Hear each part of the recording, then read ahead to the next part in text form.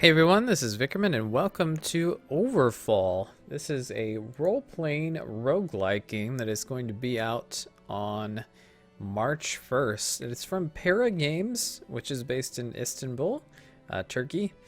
And it's going to be on Steam for $9.99 to start with on early access. Now, the cool thing that I like about this game is several things that are part of this.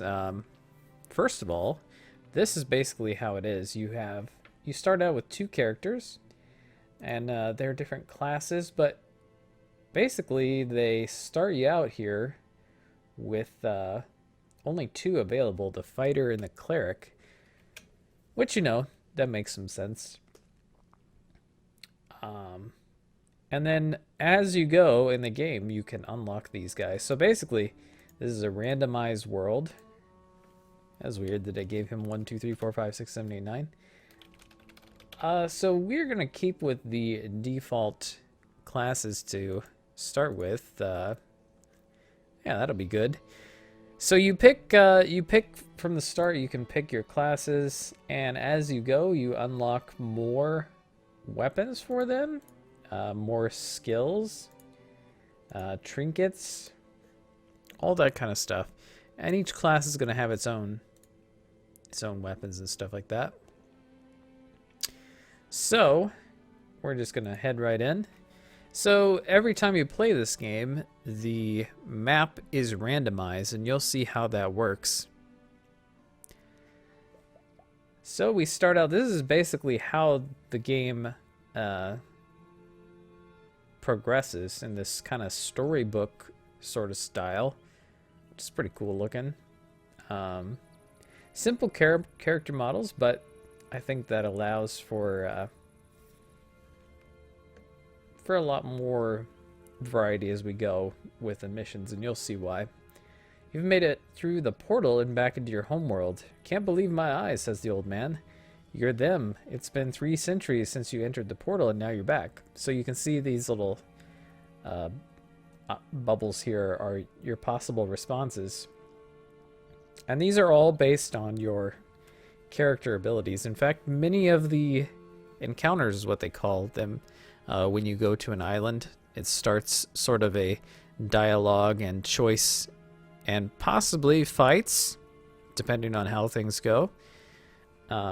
Everything is based on the character's abilities. So say you have someone who's really good with diplomacy, they may have another option that other people do not. So I'm gonna go 3 centuries have passed. How? With his eyes open wide, the old man explains as much as he can. Gods know, for generations my family waited for your arrival right at this spot, and I'm the lucky one to fulfill our family prophecy now. So I think the yellow is when a character's abilities or personality or whatever, which are kind of tied to the class, I believe, when you can do a special response. So I'm guessing this is because she's wise or something like that. Yep, you have the wisdom to understand the difference, but not many could foresee that this would happen, except for one wizard. Why have you been waiting for us? A mighty wizard, Ezel, gave this quest to my great-grandfather for the day you will return. The world isn't the same since you left. The Ever-King has gone missing. He was a mystery, a powerful wizard. He foretold that this day would come, and here you are. The almighty Ever-King has gone missing? The citadel has vanished long ago. No one knows why and how, but Ezel left my family a message to hide and deliver to you, for when this day comes. 2 beacons will be unsealed only to those who are revered. Their light will unveil the path to your king, only when the races of Dis, which I guess must be the world, deem you worthy. Then we should introduce ourselves to the leaders of Dis first, if we are to find those beacons. If that's true, then you should make your way up in their society first. Times have changed. The world is in chaos. What do you mean? The races are at war with each other. You'll have to choose sides, I'm afraid. On the bright side, if there is any, the message says 2 beacons. Okay, so I guess we have to get relations with certain races up high enough, and basically he's implying that we only need 2. The orcs are at war with the Forsaken, the elves with the hollows, and the dwarves with the goblins. If you help one side, they may help you back with finding their beacon and the one their enemy has.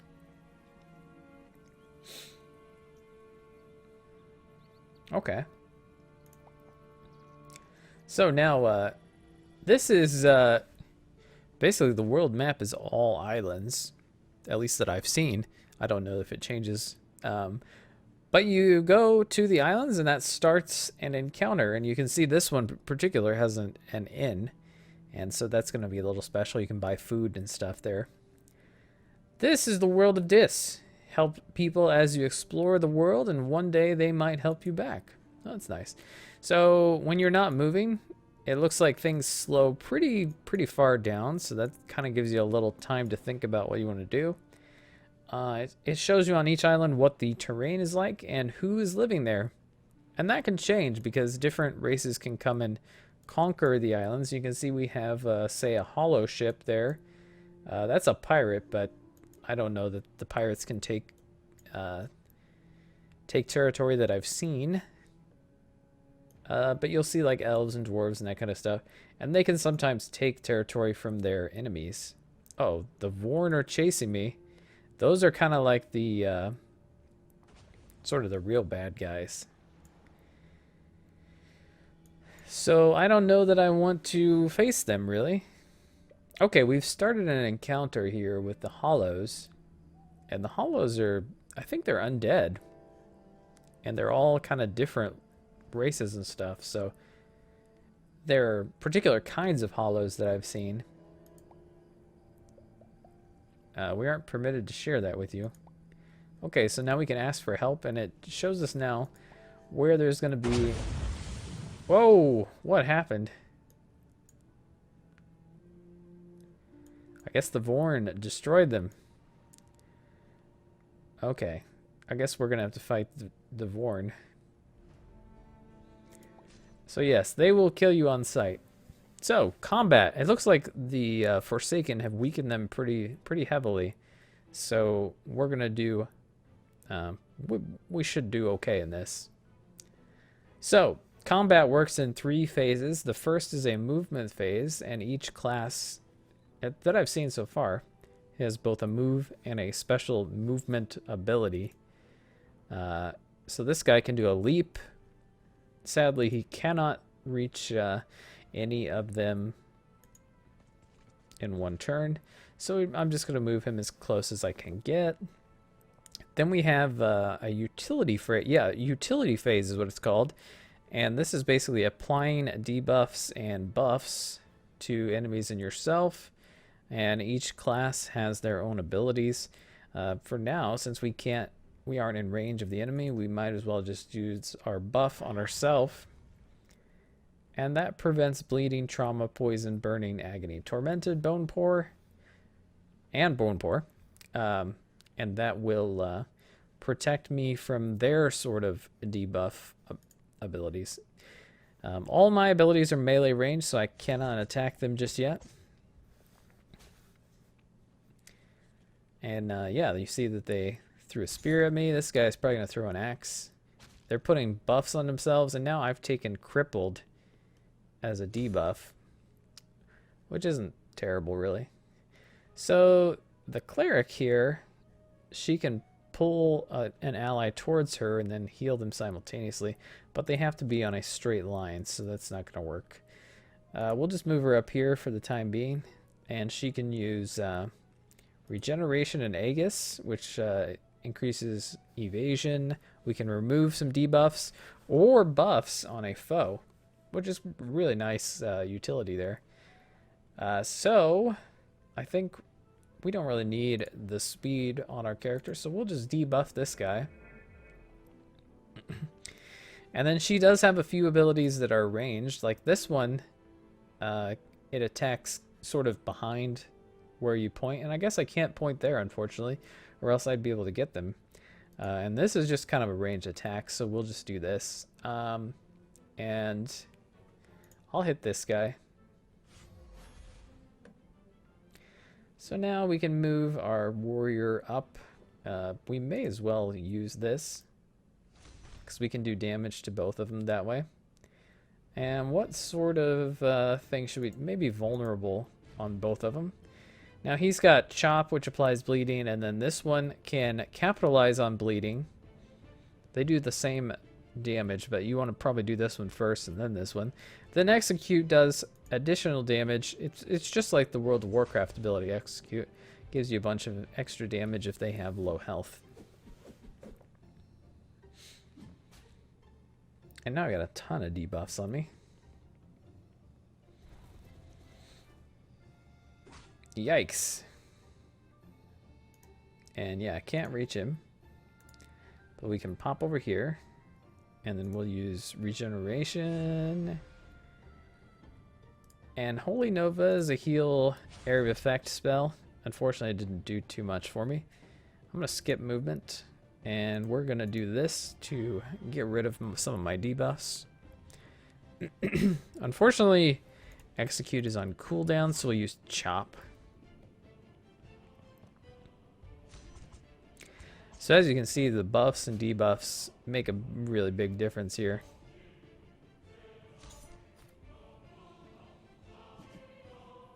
And man, he is not doing too hot. Okay. I'm gonna debuff this dude. And then I'll just attack him.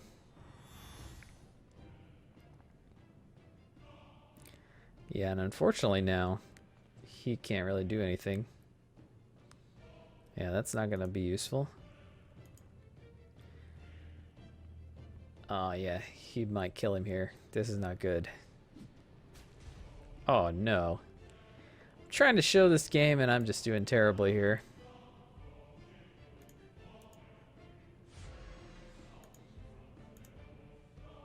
I think there may be a way to revive the dude.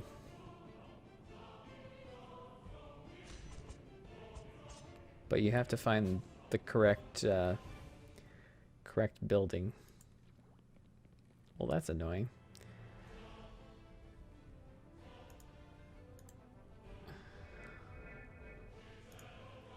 Alright, we can hit him with the wave thing.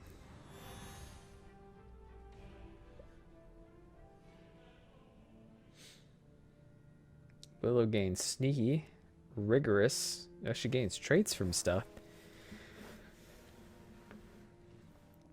Faint-hearted applies weakness. Vulnerable removes 2 buffs from self upon death of an ally. Well, that's no good. Okay, so... Okay, yeah. Continue sailing.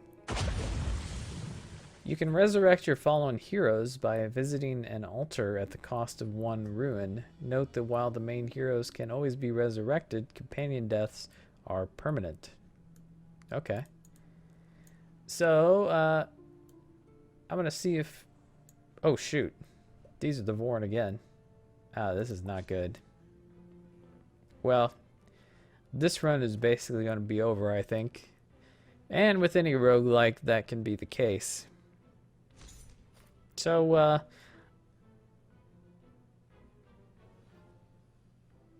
I'm gonna just come up here.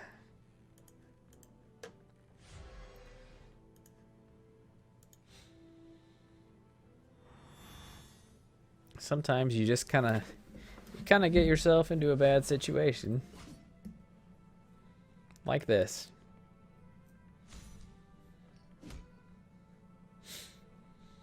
And I would skip ahead, but I'll just show you what dying is like here. Oh no.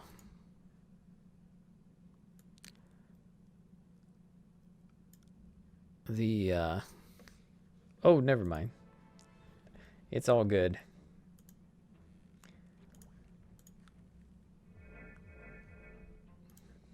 I'm gonna do this thing.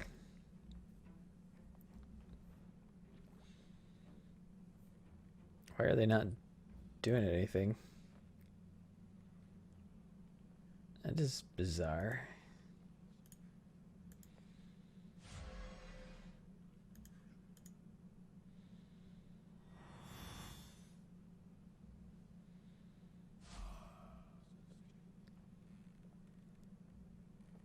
Huh. Oh, did I have some sort of buff that didn't let me be attacked? I bet that's what it was.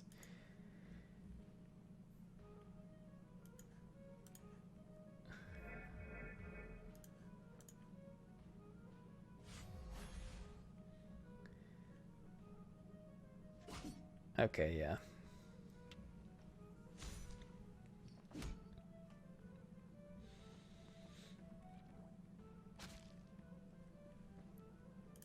Okay.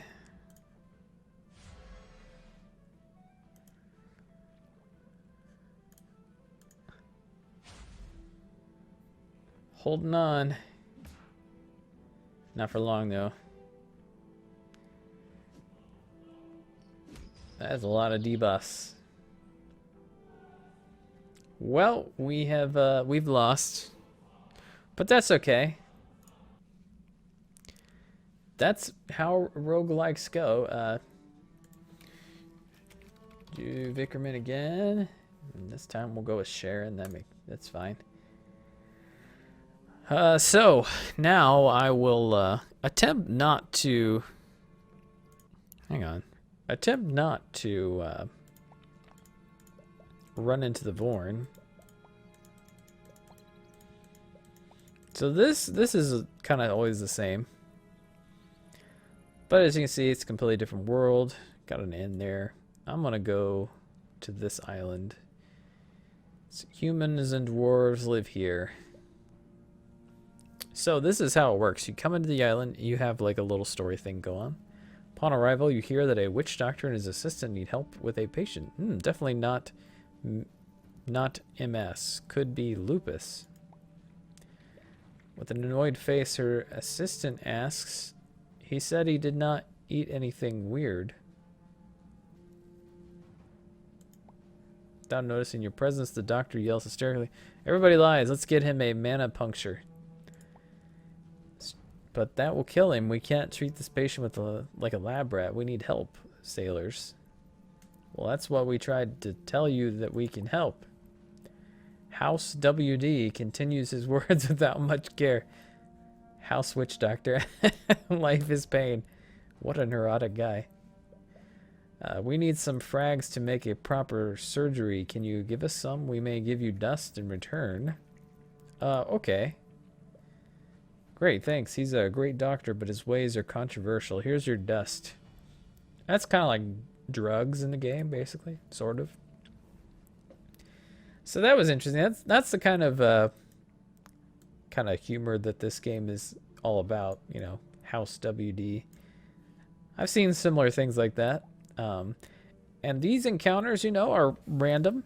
They have a lot of them have requirements for the type of island and the race that controls the island, that kind of stuff, for them to appear. But every run is going to be different. They're going to have different encounters at the islands. Currently, there's not like a huge number. I have seen some events repeat, but I have not mentioned this yet. But one of the really interesting things about this game, I think, is they're going to release into early access, right? And during this period, there is a story builder included in the game, and you can make your own encounters, and those can be then incorporated into the game. So the way I am hoping that they proceed is to find the very best player-created content and then get that into the game before the final release. And basically, you're having a near infinite amount of content at some point, you know. It's pretty sweet. So, yeah, I think we will show the story builder probably in a different video. But for now, we're going to continue with our quest. But I just wanted to tell you that. In a cave on this island, you see a caveman struggling to light a fire. Me cold. Cold night mean cold caveman. You help? Yes. Help make fire. We can make a fire. We can go out and gather the required materials. Or we can attack the caveman. I think we'll just make a fire for him. Soon a campfire is crackling away in the corner of the cave. The caveman thanks you. Let's teach him how to make it. He's not a fast learner. You need to try again. Caveman much confused. It takes some doing, but you manage to educate the caveman in the art of fire. He is ecstatic. Make fire. Caveman warm one day. Teach fire. Caveman warm lifetime. Have more food. Ah.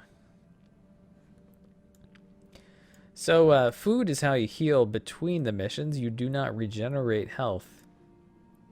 Okay, there's a bazaar here. Let's just go here to see what this is all about. Food for frags, frags for dust, dust for food, frags for food. All things sold for all currencies. That's nice of you. And you can also upgrade your equipment. And to do so, you need... I think it's... Is it dust for this? It may be frags, actually, for weapon skill upgrades. And you can pick... yeah, they're different for each character. And enchantments... Basically, we can't do any of this just yet. I think we're going to need some more resources. And I think that is frags. And the merchant does this thing where you can kind of trade things. It's kind of like an abacus. It's pretty interesting here. And then you can adjust things and say I want more dust. Then I lose some frags. Yeah, so let's sell some food, get a little bit more frags. And see now if we can... Okay, so it must be frags. We can try our luck to reveal it and offer. I don't know that we want to do that. I think I want to try to save frags, and we'll come back to... there's another bazaar here. That's strange. That's a guild cleric seeking a lost artifact. Yeah, this is exactly the same, pretty much. So, yeah, we'll just have to keep in mind that the bazaars are up there. I don't know that they're marked on the map, so we'll have to just kind of remember that. As you explore the island, you hear scratchy screams of a woman who's cornered by pirates. Excuse me, this is wrong. Stay back, you pirate scums. Leave her alone. The pirates are very entertained by your statement. Oh, my dear sir, you are right. We shall continue not with this madness and get back to our tea party. Okay, thanks. I'll have 2 sugars. Puzzled by not being able to tell if you're serious or not, the pirates pause for a moment, only to be interrupted by a scratching laughter. Oh my, you're all funny. I could not keep myself in anymore. I was planning to kill you all, but I'll let you all live. Off you go now. Off you go. Forsaken reputation, dust +3. Does that mean the woman is set free too?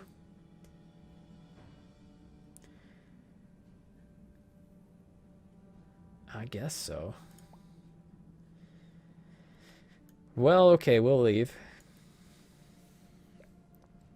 Come and place your bets on the fiercest team versus team fights ever. People of Dis, the long-awaited Battle of Legends has come. This is a famous team arena battle that takes place every year. You look strong. Want to try your luck? It is very profitable. But be careful in deciding. It is very dangerous and probably you're going to die. Now, I have done this, and it's really tough. We are not in a place where we want to do that just yet. Okay, so we'll go to this swamp island. Greetings, heroes. Are you here to participate in the arena? Oh, was this where we just were? So, yeah, due to lack of recognition throughout the world, when you gain recognition, you can get additional companions to join you. And you do have to unlock the special ones and stuff by doing certain quests in the game. Come across a goblin who looks and talks quite different from the other goblins you've met. It's not working. Oh, there should be a way. Hey, something wrong other than you oddly mature being? Greetings, I am a teacher who's trying to educate younger goblins to keep them away from the streets, from the dust, You know how my kind is. But the families just don't send the kids to my schools. They think I'll play with their minds, turn them into something that they aren't. Need help with this? It would mean worlds to me and the Goblin Society if you can achieve that. It will take some time to understand this for them, though. Okay. The teacher sent you right, big man. Oh, big man, so wise. Your kids can have a brighter future than you have. They don't listen to you. Does big man have some dust? Dust opens goblins' ears. Do you want your kids to become what you are, dust junkies? You may be right, big man. Okay, we give it a try. If it doesn't work, the teacher is out. Great, just give them a chance to be something different. Okay, kids, today we will do some maths. What does 2 dusts plus 2 dusts do? Yes, mini dusts. Oh my, whatever. We did what we could. So basically that is what this game is all about. And we've seen combat, we've seen some encounters. As we go, we build reputation with the races, which you've seen there. Yeah, I think that's all we will cover in this particular video. You know, once the game is out, we may come back and do some actual runs on the channel. But until then, thanks for watching. And check out the Adventure Maker, or Story Builder. I think it's Story Builder. I will let you know. Story Builder, Adventure Maker video, where I kind of show you a little bit what that is all about. So, see you there.